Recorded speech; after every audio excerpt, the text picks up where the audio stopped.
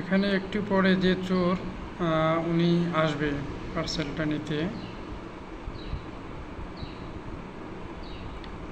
এই যে চোর আসতেছে, সে আগে থেকেই রেডি ছিল।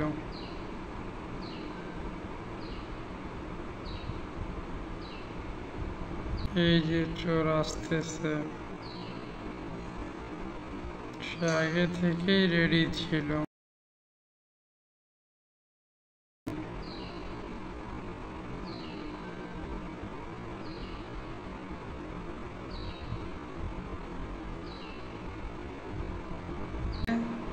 এখন যে বস্তাটা নিয়ে যাচ্ছে, এখানে 8টি পার্সেল ছিল।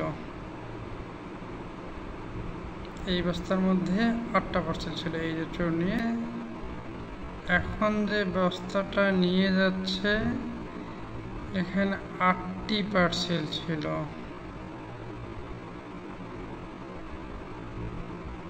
এই বস্তার মধ্যে 8টা পার্সেল ছিল। এই যে চোর নিয়ে নিয়ে গেলে নিয়ে যান কালকে।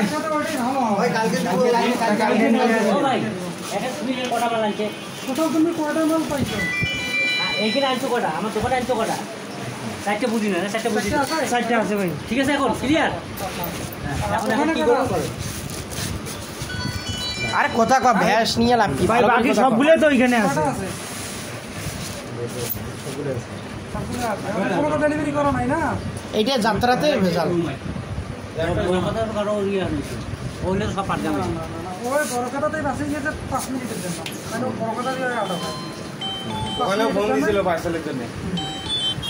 ওখানে পার্সেলের জন্য ফোন দিতে বলতে কি ওই আপনার ডেলিভারি ফোন দিয়েছে পার্সেল। হ্যাঁ হ্যাঁ। ওনাকে ফোন দিই। আচ্ছা উজ্জ্বল, ইয়া শোনো, বাকি পার্সেলগুলো কোথায় আছে? তোমার বাড়িতে আছে? হ্যাঁ, বাসা কেউ নাই? শোনো, বাসায় কেউ নাই? আমি আছে এই সরিনি মানে ভাই মাথাটা উঁচু করে কথা। মাথা কও। তুই মাথাটা দুই তিনটে দাও কোন ভাড়া ছড়া। 3200 টাকা রাখা যাবে। তো বাসায় কেউ নাই তোমার ইয়েতে পার্সেলগুলো নেওয়ার মতো? কয়টা টোটাল কয়টা আসছে বাকিগুলো? হ্যাঁ হ্যাঁ, দাও ওটা 3000 টাকা। বিষয় হলো এ আমার চালাক আছে, এটা নির্ভর না। হ্যাঁ আছে, তুমি ইটালিয়ানোটা নাও, আমার কাছে ছিল ইটালিয়ানোটা নিও। হ্যাঁ 3000 টাকা রাখা কি নিজের ফোন ব্যবহার না না, ওই যে ইটালিয়ানো ভ্যানালার ফোন, ভ্যানালার ফোন। না, এটা আবার ওই ছেলেরা মার্কেটিং এর চাকরি করে, ক্রাউন সিমেন্ট।